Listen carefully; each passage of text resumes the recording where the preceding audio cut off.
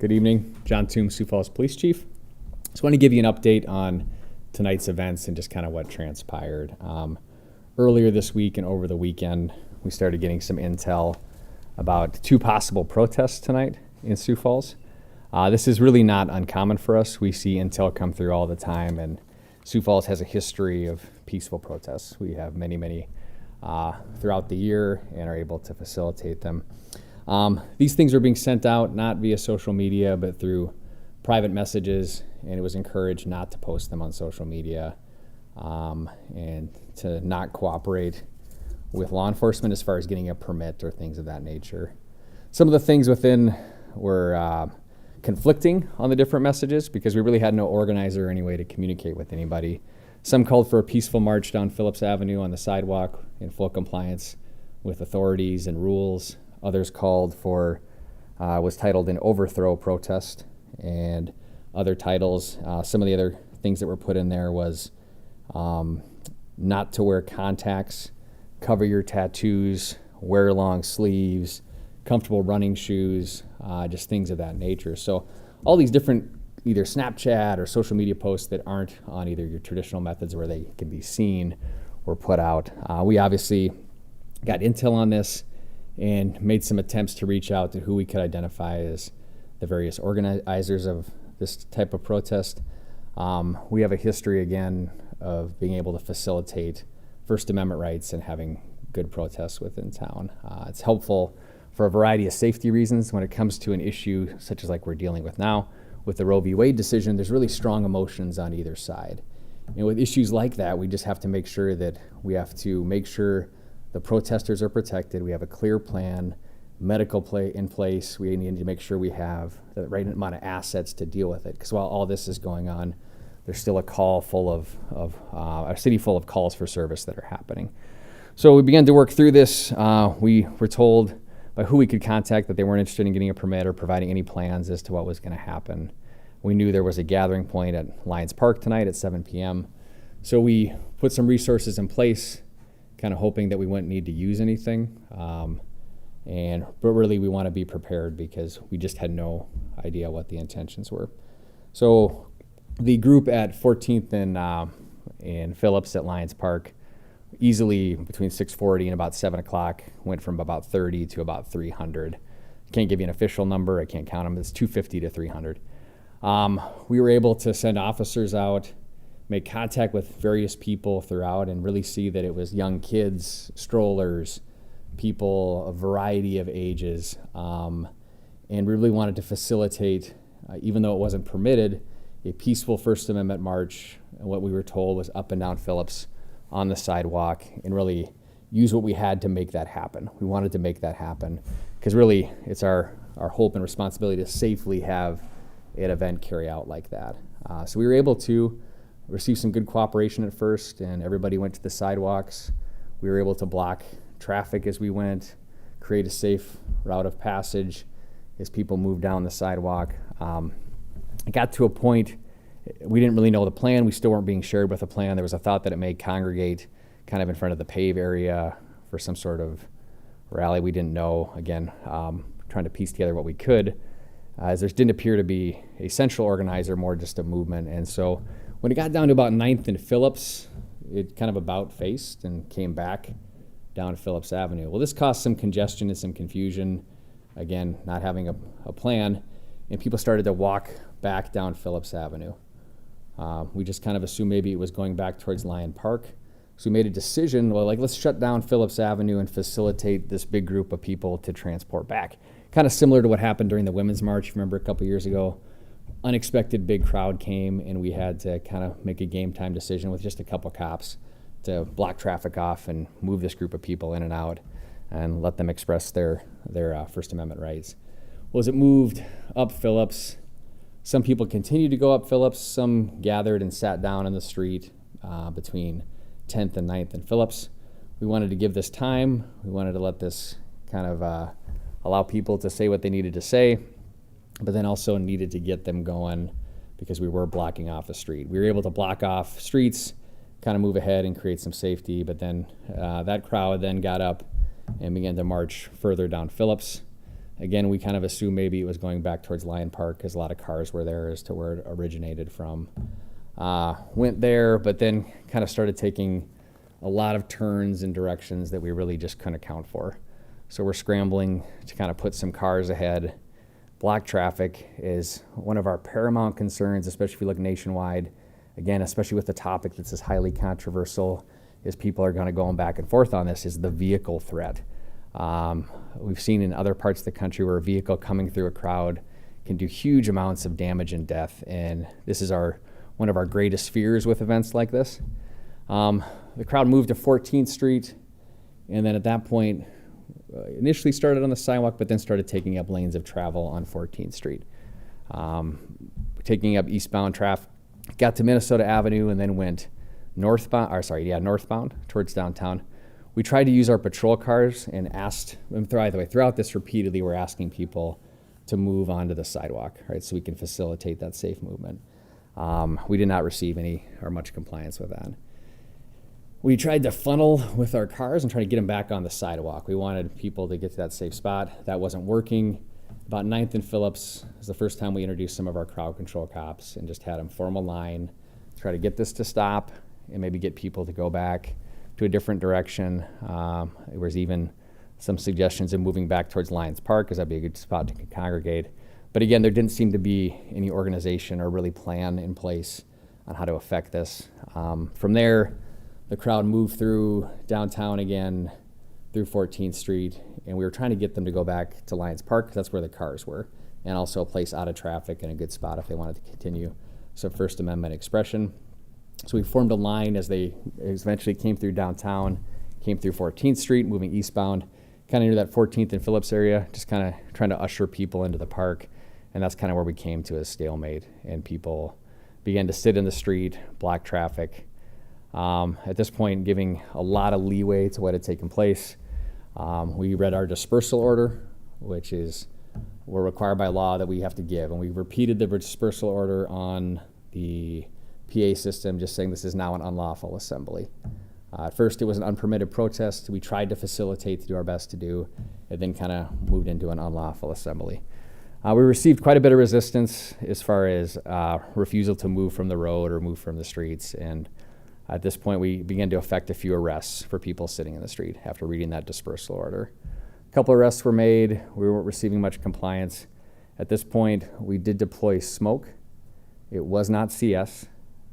We never deployed, at least unless something's happening while I'm talking, which I don't think it is.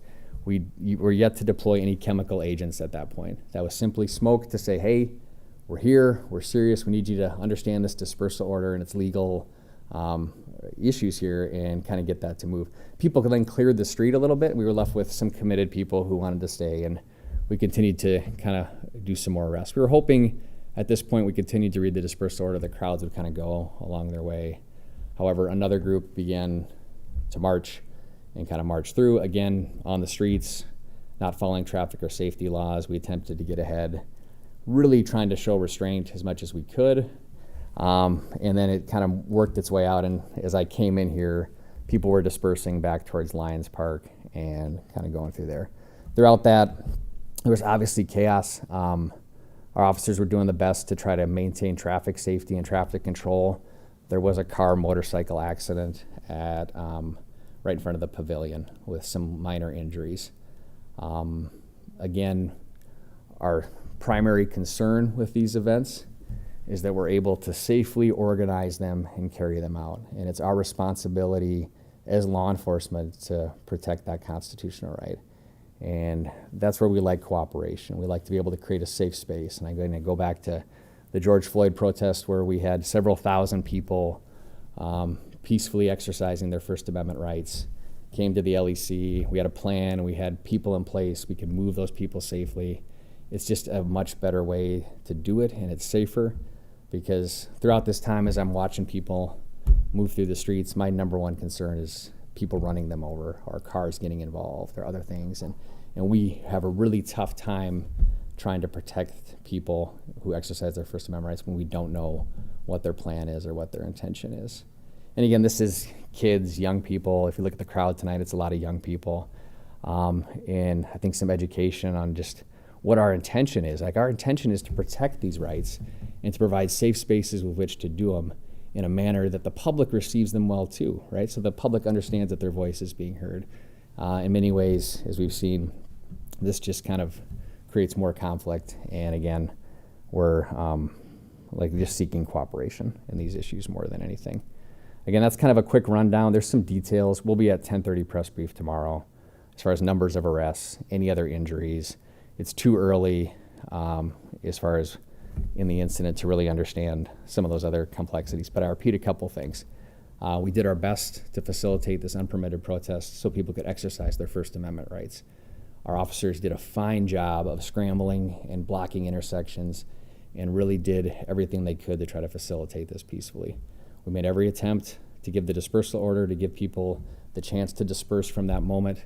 We did not use chemical agents because we understand the issue, right? That's a use of force. And we wanted to put smoke out there just so people understood, hey, we're here, we have capabilities, we want you to take this dispersal order seriously, and we would like you to peacefully go home or peacefully go into Lions Park. And so, again, I'd be happy to take some of your questions. I'll be sure to repeat them this time, as I'm not very good at doing that sometimes, because sometimes I know it's easier for people to hear. So. All right, first question. So you said you wouldn't give a number of people detained, but can you give details on what some of the charges might be? Sure. There's an unlawful assembly, state disorderly conduct, and some other charges that are out there. They're all misdemeanor charges. And again, we are calling this an unlawful assembly, right? There's different parameters that need to be reached for different charges. This is violation of a dispersal order and violation of unlawful assembly. We'll have the statutes for you afterwards too, and we can show you in state law. Any damage property? At this point, not that we're aware of. There was some reports coming in about trash cans being tossed, and other than the damage to the car and the motorcycle and some of the injuries sustained, I can't give you any damage reports at this point. We're still gathering some of that. Was that accident unrelated to the ongoing protest? So again, I can't tell you definitively. It was right near where the marchers were coming. I don't know if it was, because here's the other thing that happens during these events. It's a very attention-driven event. We have multiple live streams. People come down, we call it rubberneck, right? They come and look, and then more people congest to the area. And sometimes we see it even with other incidents. There's just car accidents that happen, but I can't tell you definitively. It's too early to say what exactly caused that car motorcycle accident. Was there anything specific that... So that's my cue to repeat questions, so, yeah. Was there anything specific that caused it to escalate tonight where we saw people sitting on 14th? Well, I mean, really, is there anything specific that caused it to escalate tonight is the question. And what we see is really no organization or no plan. And oftentimes when we work with an event organizer, we're like, hey, we want you to establish people within your team that can almost act as like security or event staff, right? Like, here's our direction, here's where we're going, here's the objective of this. And we've been very successful in the past of having these people kind of police their own crowd, because we realize when police get involved, it tends to escalate things. So I think if anything, just the lack of kind of coordination, and then we kind of do what we see in other places, right? Like we block the streets, we do what we've seen or learned, from other stuff we've seen out there, right? And that's kind of not really a plan, not really sure what the objective is, because this is an issue that has very strong emotions. And we have people who are making decisions based on emotions right now, and that's kind of the result. Again, a lot of young people, I'll say that too, a lot of young people. And I think sometimes, you learn maybe there's a different way of doing things as you get a little older and you mature a little bit. But you kind of got to take guidance from people who are telling you, like the authorities, please work with us, please help us organize these in a safe, peaceful manner. And that's statewide, because I'm sure we have a statewide audience now. Like, let's organize these, put these together, because the reality is that the uniform has no opinion on this decision. We have no opinion. It's not our job as law enforcement. It's our job to make sure that we protect people's rights, but also that their actions don't infringe on the rights of other people too, whether it's traffic or other things that are happening. So it's a balance we have to do, and we want to work with people to make that happen the best way possible. Were there two different protests happening, or was this one big group altogether? Again, with lack of organization, it appeared that if there was two, they joined into one. And this was spread primarily through some of the printout intelligence we had, spread only through word of mouth, spread only through small text messages, spread only through no official communication that really unifies our minds that says, hey, here's what's happening. So some people may have been told one thing and some people may have been told another, depending on what the objective was and what people were trying to accomplish. So again, it's just a hard thing to work through. So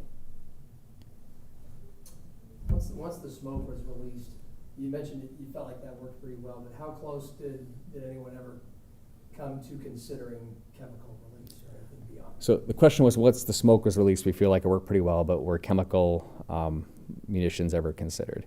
And yeah, at some point, like, this is a tool in our tool bag. If we're not getting compliance, or if we receive some physical resistance, or if we even receive numerous dispersal orders, right, we're going to try to effect physical arrests. But sometimes when we meet resistance or interference with those arrests, like, each situation is a case-by-case basis, and we weigh it very, very heavily. Again, in previous events back at the mall, we used chemical munitions when the rocks started flying and when things got very, very dangerous, right? And so each situation is a little bit different. And so in this situation, it was in our bag of contingencies, right? And we're weighing it, we're talking about it. We're like, what's the best course of action to get people back to their houses, out of here, and ensure that property is not damaged, because we're trying to make sure that's happening too. And we're just making sure, again, making decisions. And this is where, without having a plan, without knowing what the parameters are, without knowing who's involved, like, it's just very, very difficult. Is there any type of curfew in place that you know of, or some mayor declared anything like Oh, is there any type of curfew in place? No, just the usual 11 o'clock curfew, for kids. So if you don't know, check in on them, right? Make sure they come home. Yeah, I was gonna say, what's Yeah. like if your message to parents, because I saw in a lot of cases, like, parents, mothers might drop off or Yeah. ask their kid to be safe, and kids It's- might be like, oh, I'll call you later, Mom. It's what I tell people, like, a planned event is a safe event. An unplanned event can go a variety of ways. We've had unplanned events that have gone off without a hitch. In fact, there were some over this weekend that I think just popped up in different locations, and they went off without a hitch. And I think it was a positive experience where people followed laws and rules and were able to get their message out. But again, you never know. And again, with a lot of these situations, there's bad actors that infiltrate these and steer them certain directions, right? And we don't know who they are. It's hard to piece together. It's too early to say at this time, but there's an increased liability or danger when we don't know what the plan is, or what the organization, or what the objective is, and who's helping put it all together. Does what we saw tonight hurt relations between the police and the public? The question is what we saw tonight hurt relations between police and the public? I think you saw incredibly restrained police, right? Going above and beyond, even though, like, these actions we were professionally trying to facilitate this event. And I think that's what we can look at. We're just trying to make sure we can do this safely. We went above and beyond to try to make sure that could happen. And even then, we were giving lawful commands and lawful orders. I think you'll see, and especially I think it was live streamed and filmed, an incredible amount of restraint shown by officers and really trying to do everything they could to resolve this without any major issue. From the highest point of escalation that you saw and experienced to the end result, it appears it's over. I mean, how it did, was it better, worse, or about what you expected? Considering how this all ended. And Tonight? yeah. Yeah, and so the question is, from events we've seen, is this better or worse than I expect tonight? If you take things in historical context, I'll be honest. This city is a fantastic city. It has a history of peaceful protests. What wasn't covered in 2020 was the countless successful protests that some of you were at that went off without a hitch, right? The night of the riots gets overshadowed about what happened at the courthouse, where we successfully facilitated movements of several thousand people to exercise their First Amendment rights. Like, the city has a history of doing this the right way. And so when this happens, this is, we want this to go off without a hitch. We want this to go right. And again, we're not going to throw and glamorize something that happened tonight and forget all the successful events we've had and will have in the future, right? And so this is where I want to focus our attention, is just, hey, let's be well informed about what's happening. Again, I get it. Many people out there are encouraging you not to cooperate with the police in organizing these events. We want to facilitate these events safely and peacefully. Again, we are not involved in the Roe v. Wade decision. There's something in here is like, don't trust the government. The government, I mean, we're municipal police department. We have really no control over that. So we want to be able to say, okay, let's put this together and have a positive outlook moving forward on how we can do this a little bit better. Do you have any knowledge of any protesters saying or shouting intents to harm police? Or? I don't know. I know, and again, it would be way too early for me to say until we can piece that back, and I'm not going to say anything that I can't substantially. I don't want to have to backtrack anything, right? I know there was a lot of verbal insults. I mean, there may be, it usually happens, right? But I don't know anything else about that took place, so. How early on were the police department aware that this protest was happening? We first started getting indications of it, really, I think, over the weekend. Again, and a lot of it was done. Again, we couldn't get anything from any substantial source. It was all hidden messages. And again, it kind of brings to light, well, when people are hiding stuff from you, well, what's the intention and what are we trying to do? So again, we started putting that together over the weekend, and really, if you look out, there wasn't, as far as, there's intelligence sources we had and some things like that, but there wasn't a huge amount. There wasn't a big Facebook event, I don't believe, with said 300 people going, right? And so that's just where we're at for that one.